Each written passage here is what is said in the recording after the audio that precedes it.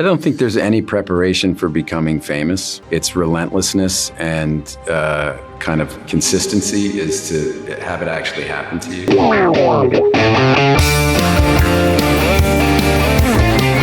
don't have any drugs. The dog's not trained to detect drugs. The dog's trained to detect money. You think I want to jack this rip? I don't trust you right now, and that's a fucking problem. Mucho gusto, qué placer platicar con ustedes en persona. Thank you so much for having me. Thank you so much. Thank you for being here, Gabby. I appreciate it. You're coming in a good energy. It's a good room to be in. So first of all, you have known each other for years and years, on and off screen. So thinking about that complicity, if you open your Netflix account and then you see something that you probably wouldn't watch, which would be like the definitive clue that was Matt using your account or that was Ben using your account? I don't know. We have kids who get into our accounts. I know. So I have that experience all the time. Any direction. Yeah, so it's like a little messy, the algorithm, you know. I don't know. It's interesting. I feel like I would know it was Matt if I saw, like, there are certain movies, I can't think of them, but if I saw it, you know, it would stand out as, you know, or somebody with good taste. Just what we would call good movies. Yeah, exactly. Yeah. It would be the same thing. It would be a wide variety of movies of all different budget levels and genres, but they would all be movies that I would really want to watch. Right. That's. Then Peppa Pig. Well, but it'd be like, but And I then haven't. Peppa Pig. Yeah. No, we're past the age of Peppa Pig now. Now it's Bluey. Yeah. No, we're even beyond. But Yeah, for the other little yeah. kids now it is, but our kids are older. Yeah, they're older. So now it's Demon Slayer. I get it. My kids have really interesting tastes. Kind of. I mean, my son definitely Stranger Things. Oh. I mean, I my sat kids there. too, yeah. You know, waiting for it to come on live. I'm like, it's not going to be early, man. We can probably get up and go out. It's 5 o'clock, I'm pretty sure. He said, no, we got to wait. But he's a big fan. I mean, obviously, that was huge. I mean, the popularity of that was amazing. That's why I saw you started filmmaking back in the 90s. And I think that action films... The 1890s. No, I'm kidding. I'm not that old. Yeah. No, go ahead. Vampire. In the 1990s. And I think that action films had a specific language back then. I agree. So I was wondering, how did you imagine your films to look like when you were studying filmmaking? And how much of that made it to the way you approached to action films today? Oh, wow, that's interesting because it's so funny because people keep saying it's like, well, it's an action movie. But it's really not. It's like people in a room talking and there's occasional, you know, bits of action. But to me, the action part of it has always been the part I'm most comfortable with. It's the setting up of the drama, the tension, the paranoia, and the kind of the interpersonal stuff and the intimate stuff that's tricky, right? Because I think we have, unfortunately, audiences now are very short attention spans. You know, it's like if you're not getting in there, they're not going to stay with it. The great news last night is just I don't watch a movie anymore. I watch people watch the movie. I've seen the movie, right? I want to see people watch it, and I'm just watching like 1,200 heads. No one's moving. You know, so from that, it's like. You have to kind of figure out what movie is, to answer your question, is going to look different. Every movie's going to feel different. Juan Miaspero is my DP. We made 7 films together, 8 films. None of them have looked the same. They've all had this distinct kind of visual quality about them, and I love that. You know, that nothing. It's not like, well, there's that old thing, and I've seen that before. It's like we're trying to do stuff differently, always. In our 50s, you know, we still like. I mean, I go to that movie last night. It's like, let's see a kid do that. I want to see a 25-year-old kid make that. I couldn't have when I was 25. So this is you're also seeing kind of salty, seasoned old veterans working at a high level. All of us, you know, everybody. Veterans, not that bad. I mean, you're still pretty young. 50 is pretty young. I might be mid-career. I don't want to say maybe slightly bad. No. You know. En Fuera de Foco, que es mi medio, somos súper cinéfilos y yo creo que cada cinéfilo tiene como su debilidad en las películas, ¿no? Por ejemplo, la mía es basado en hechos reales. Yo veo eso en una película y ya, estoy como súper metida. Quería preguntarles si ustedes tienen como una debilidad al momento de ver una película, algún tema que digan, esto casi me garantiza que la película me va a gustar. No. Nada. No, yo creo que depende hay actores que si digo, si este actor va a estar ahí, la veo, ciegamente. Justo. Voy a estar. Sí, pero no nada específico así, no. No, pues recientemente yo tengo un mejor amigo que se llama Charlie y él me manda un mensaje y me dice, ¿ya viste la película ta? Y yo, la tengo que ver, porque si Charlie dice que la tengo que ver, me la tengo que ver. Charlie es tu cinéfilo de confianza. Ajá, absolutamente. ¿Y qué tipo de películas le gustan y te gustan a ti también ver? Los dos acabamos de ver One Battle After Another, que Tiana está, obviously, claro. Yes, incredible, pero esa película me pareció, ¿te la viste? Obvio. En cine, pues me encantó ver esa película en cine. A mí me gustó mucho. Qué bello. Sí. Pero todas las películas entonces, principalmente. Todas las películas no, yo creo que hay unas que uno se inclina más por otras. Pero sí, uno tiene que estar abierto a todo. I love how you use the word paranoia. Yeah. And that made me wonder in which way you feel that you get paranoid as a director, like something that you really like to pay attention to, take really like specific care of in production. I like to take care of the actors. Actors. I like to tell them there's nothing you can do wrong. You're safe. If things screw up, it's me. It's not you. Just know that. If we're not getting what we need, it's not you. It's me. I'm not communicating correct. I think that's the ultimate albatross that the director must, it's like you have to take that on. You have to, that tonnage is yours, it's not theirs. And once you can do that, you free them up when they feel safe, when they feel looked after, and it's like, and I think if you make them feel paranoid, and unless you're trying to do some methody thing by, trying to get a response out of them, I don't like that. I think that's kind of cheating. You know what I mean? To kind of, now I've certainly done things to get, like I mentioned, like I said this earlier, it's like, I had, when Matt and Ben were sitting there, when they first heard Jackie when on the beach, I had all their kids record themselves saying, Jackie. Mm-hmm. So they're hearing their children. They're hearing their moms, they're hearing their wife, it's like, and I thought that's a different way of kind of manipulating a reaction, but not I think it's really important. I take care of actors.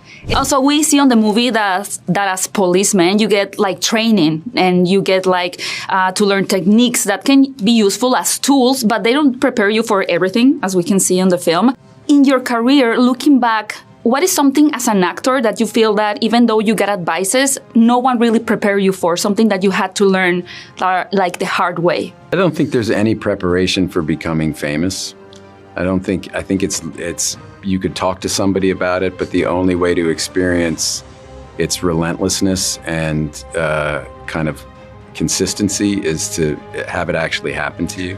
It's funny, you mentioned the movie, and I do think it's analogous in the sense that nothing will prepare you the same way experience does. So when we go research this movie and we're around these police officers who are doing this all the time, we're picking up the totems and the symbols that are the external kind of assemblages of what a result of a life lived. So it's a shorthand to get at it, but there's really no substitute. Like, I promise you, those veterans of 15 years would not be able to say, let me catch you up, I'll give you all this stuff that, it's just, and that's the trick of acting, but the gift is to be around people who've had these different lives and different experiences, and they're willing to share them with you, what it is, what they're afraid of, what's difficult, what's joyful. It's a kind of a great sort of life tourism thing, because people really give you access to go around, drive around with these, Miami PD detectives, and not just drive around and see what it looks like to do that, but to hear them talk about what matters to them in their lives, because that's what's important for this movie is who are these people and who are they really underneath. Pero es que aquí ¿quién te prepara para hacer lo que estás haciendo? O sea, es una cosa de hacerlo todos los días, es una cosa de práctica, es una cosa de experiencia, es una cosa de lidiar con diferentes personas. Y eso se adquiere a través de la práctica.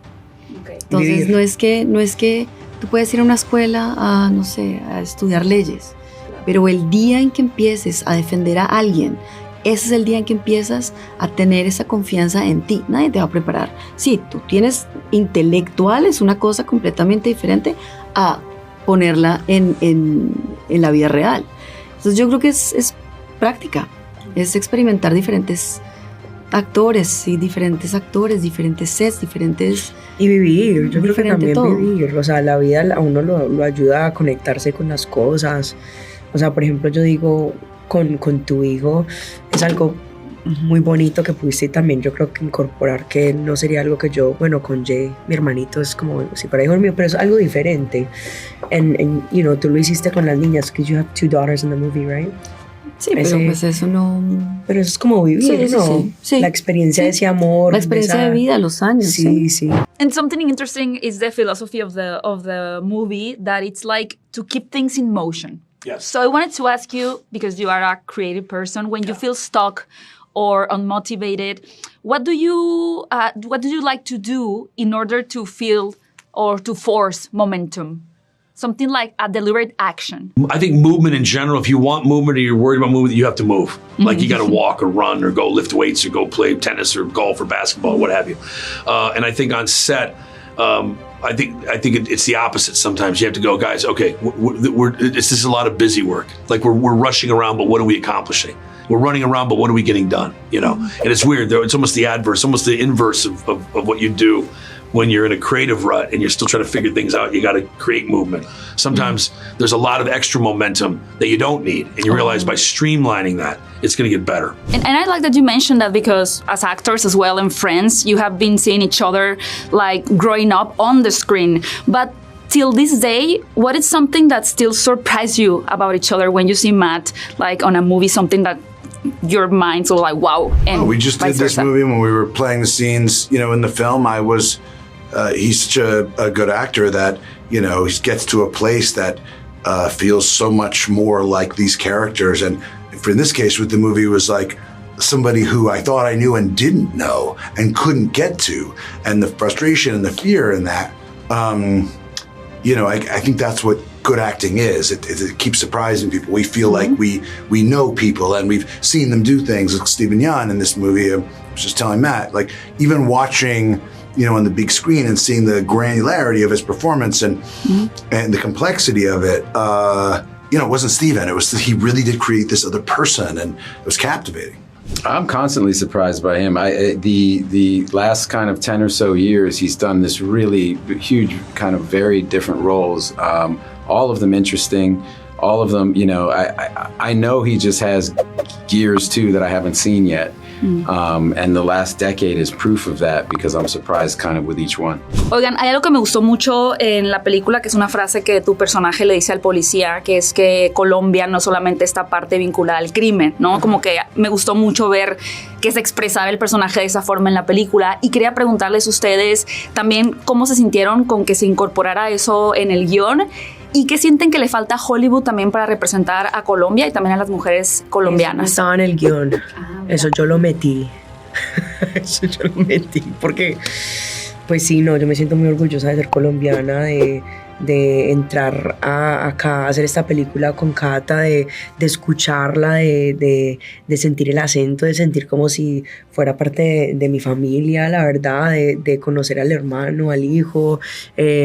Para mí eso es, yo me siento muy orgullosa de ser colombiana, y I think la gente que no sabe nada de Colombia cree algo muy específico, o hay un estereotipo de Colombia, y me parece pues que ya eso está muy anticuado y que Colombia es lo mejor. Entonces por eso yo lo metí, porque para mí pues yo siento, no sé, como medio responsabilidad de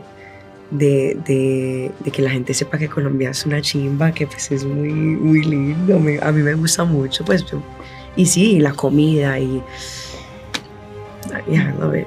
¿Te puedo preguntar un poquito como de cómo se tomó esa decisión de poder meter eso en el... No hubo decisión. Ben, yo creo que metió algo y yo lo tiré. Y no, nadie me dijo nada. Entonces yo seguí tirando y seguí tirando y seguí tirando.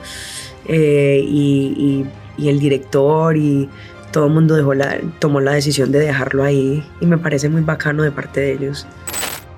What you're mentioning echoes a lot with what Sasha just told me, that she improvised the line about Colombia. Colombia. That's really interesting, because I think that not every actor feels that safety to improvise on a scene. Colombians are the same. Yeah, and then Ben ad-libs, but they don't hide at the walls. I mean, it was just like a great, you know, you had that great, but again, you're watching this great tennis, you're watching three really good actors interact with one another. And that's a joy. And that sometimes you just shut up and say very little. That's the key. Estamos en temporada de premios, ya mencionaste Sasha, One Battle After Another, yes. Pero además de esta película, o en cuanto a actrices y actores, ¿por quién están emocionados que se lleve el premio o las nominaciones? ¿Y quién tienen como su gallo, por así decirlo? Yo sí estoy dándole a una persona que quiero mucho, es Wagner Maura. Su película es preciosa, sí. Es un ser humano lindo, yo lo conozco desde hace muchísimos años, sé lo duro que he trabajado. Entonces estoy haciéndole con ganas a mi otro suramericano que está muy bien. Por el agente secreto. Sí, genial. Una película preciosa. Exacto. Sí. No me la he visto. Preciosa. I think we root for everybody. Okay. You know, I mean, they're all obviously Tiana's in our movie and as a friend, but you're right. We root for people that are doing wonderful, like inspiring work. Makes us want to be better and work with them. It's a more fun than time. anything, it makes us happy but like I think this was a really good year for movies. A lot of really, really good original movies with great performances are out there, and that's exciting.